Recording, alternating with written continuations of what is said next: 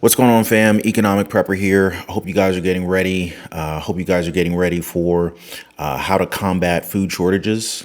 We've been warned that we could see food shortages. We know about fertilizer shortages, which of course impact food production. They impact the farmers. We've already experienced a number of different droughts taking place here in the United States. We've seen droughts in the Midwest into California, leading to Californian wildfires through excessive heat. We've had record heat, record temperatures reported numerous times this year.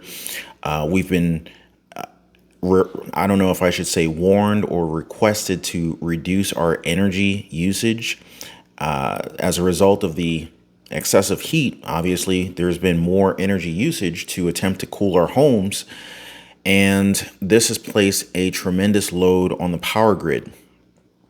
We've seen recently high-risk bank accounts being flagged for account closure from Wells Fargo, but that's the recent report that I provided to you guys, but it's not going to just be Wells Fargo. Wells Fargo is probably one of the first banks that have actually been identified as flagging high-risk banks or high-risk bank accounts. But again, this economy is not as rosy as many would like you to believe. And I got an email. I don't know if I'm going to share it with you in this video or not. I haven't decided yet, but I got an email today that was rather disturbing. And well, I can't say that without sharing it with you guys. So I'll make sure to share that with you in this video today. But this could be a precursor to what millions of Americans could potentially be facing. And I think the time to prepare is certainly now. And, before things get really bad, we've got, a housing market. I won't say the housing market's collapsing or the housing market's crashing, but we're certainly seeing signs that the housing market is morphing. The housing market is changing. The dynamics of the housing market are changing. You've got Fed Chair Jerome Powell raising interest rates. And the most recent warning that we got from Jerome Powell is that they're not letting off the gas in terms of doing whatever it takes to put a stop to inflation. They're likely to introduce another 75 basis point rate hike at the next meeting, which I believe is this month in September in 2022. So that's going to be that's going to have an effect on mortgage rates, variable rate mortgages, variable rate loans, such as credit cards. I don't think they do variable rate car loans, but I wouldn't be surprised if they do. But basically, if you're applying for a loan, if you have a variable rate loan of any type of variable rate debt, you will be affected by the future rate hikes that Jerome Powell is implementing on behalf of the Fed. And so things are really going to be looking a little bit scary going into 2023. So come January, there's some things that I've been thinking about that I want to share with you guys. I hope you guys are preparing. I hope you and your families are preparing. I hope you're telling your families to prepare. And, we're not going to go into the types of preparation in this video. I'm going to talk about that in a future video. But let's just talk about some of the things that I want you guys to be aware of that's coming down the pipeline. So we got word from Janet Yellen recently. And, Janet Yellen, she's basically our lead economist for the United States. I forget her exact title, but the thing is her rhetoric lately has been really pushing toward the climate change lately, rather than worrying about our economy, rather than worrying about inflation, our current recession that we're in, regardless of the fact that the U.S. or that the White House decided to change the definition of what a recession is. Conveniently enough, rather than worrying about recessions, worrying about inflation that the American people are faced with, she's more so worried about climate change. And I don't know if you guys have picked up on this, but this has been the big push since the end of 2021, or excuse me, since the end of 2020, going into 2021. Climate change has been the big push. And this climate change is being pushed throughout the world, as a matter of fact. In fact, there is a Sexton rips US or EU president for telling people that they need to reduce their electricity usage to flatten the curve. Now, we've seen a request slash demand out in California asking homeowners and renters to reduce their energy consumption as a result of the electrical grid potentially being overloaded and forcing the electric companies to implement rolling blackouts to prevent the entire electrical grid from shutting down. But here, you've got the European leader's announcement that she plans to unveil a flatten the curve strategy to combat a burgeoning energy crisis, and it is proof the global left's C-19 lockdown orders were just a test run for government control, former CIA officer Buck Sexton said on Wednesday. Now, I know that this is happening in the EU, and just because we're not in Europe doesn't mean that we need to just stick our heads in the sand and ignore what's happening over there.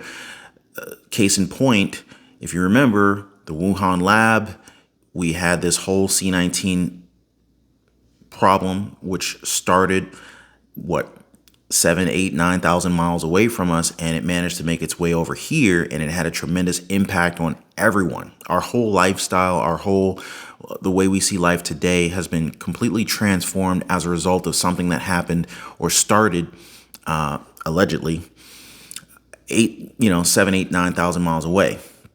And it is very prevalent here.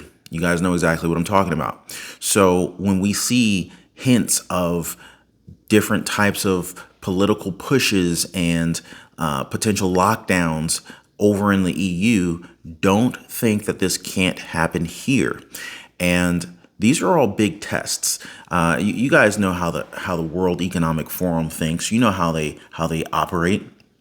So, if we see something taking place overseas, pay attention.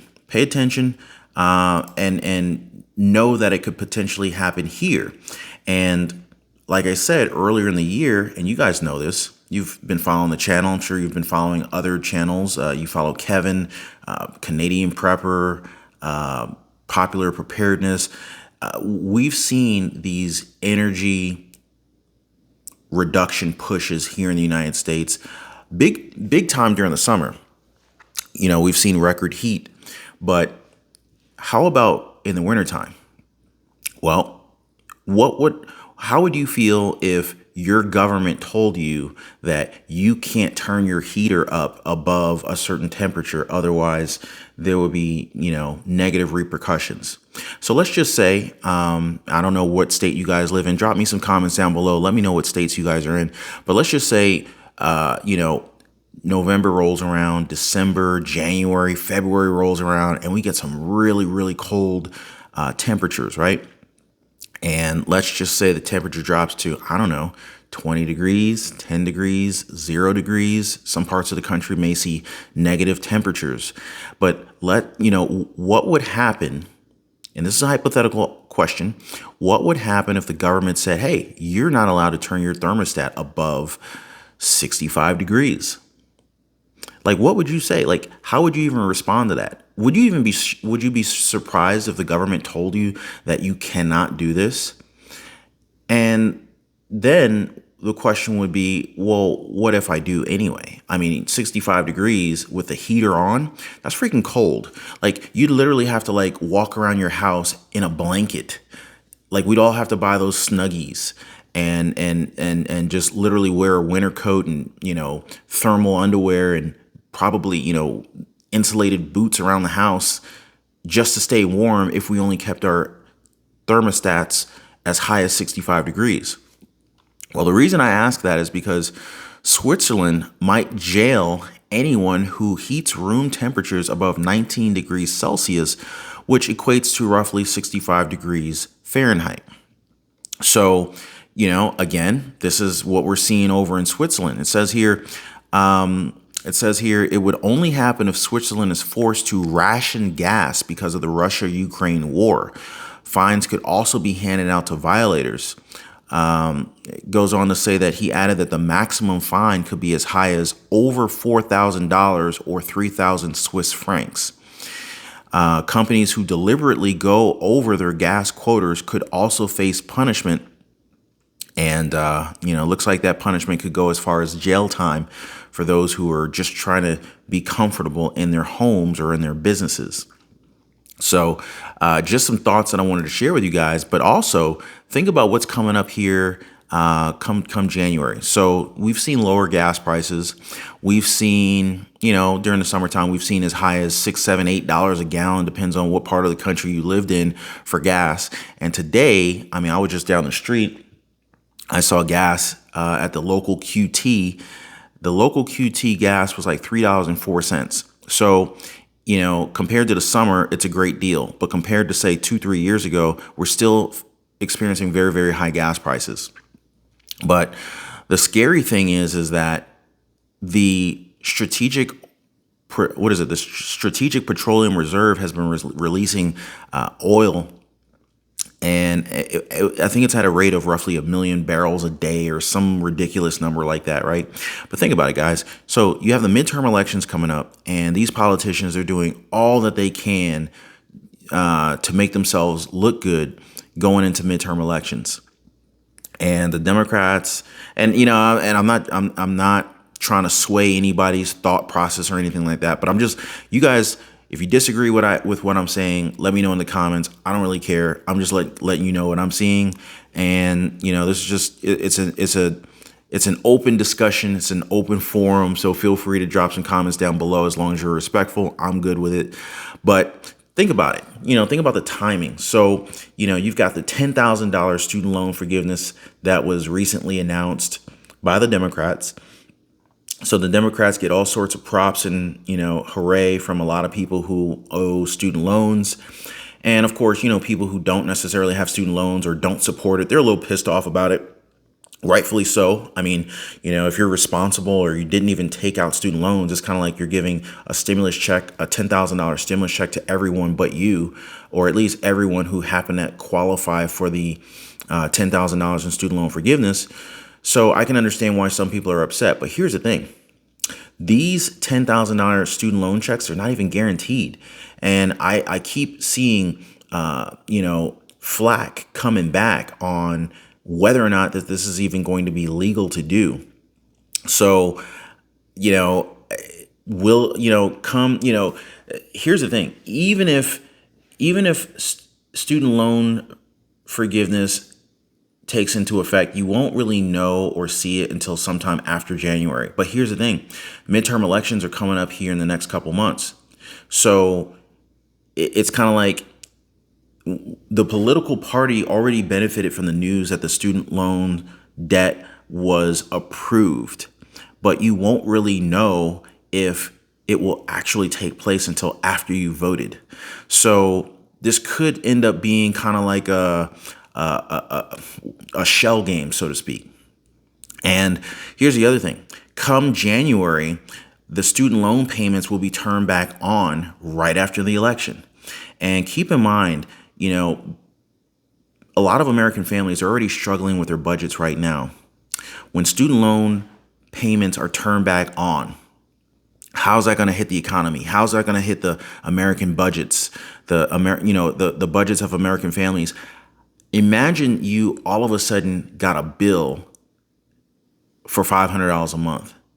You hadn't been paying it for a long time. You at one point you were paying this $500 per month student loan bill. Maybe it's $1,000 a month, depending upon how long you financed your student loan for, or depending upon how much student loan debt you had. But imagine all of a sudden you got a $500 per month bill. Could you handle it? What if you got an extra $1,000 a month in the form of a bill? So forget an extra $1,000 a month in income. Imagine you all of a sudden got slapped in the face with a $1,000 per month bill that you weren't expecting. And this is what millions of families could be potentially faced with come January.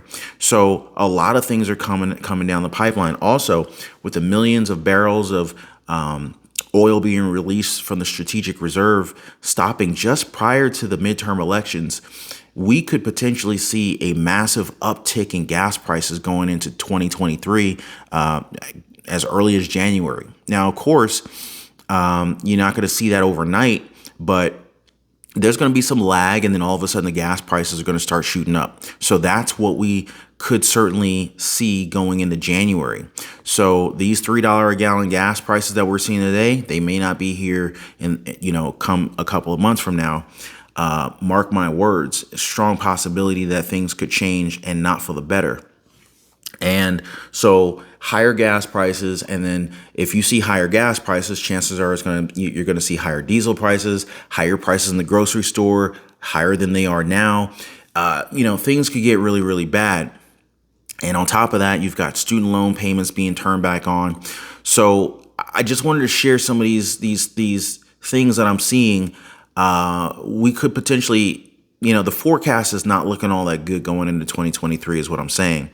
And I got an email from, I'm not going to say his name. It was an email from a viewer. And I'll just go ahead and read it to you guys because this is rather concerning. So the email goes a little something like this. So the viewer says, blank, my name is blank, and I've sent you a few emails, but have yet to hear anything back from you. Sorry, I've been getting a lot of emails, so please bear with me. I'm in a desperate situation and hoping that you might be able to assist me or have any suggestions that may.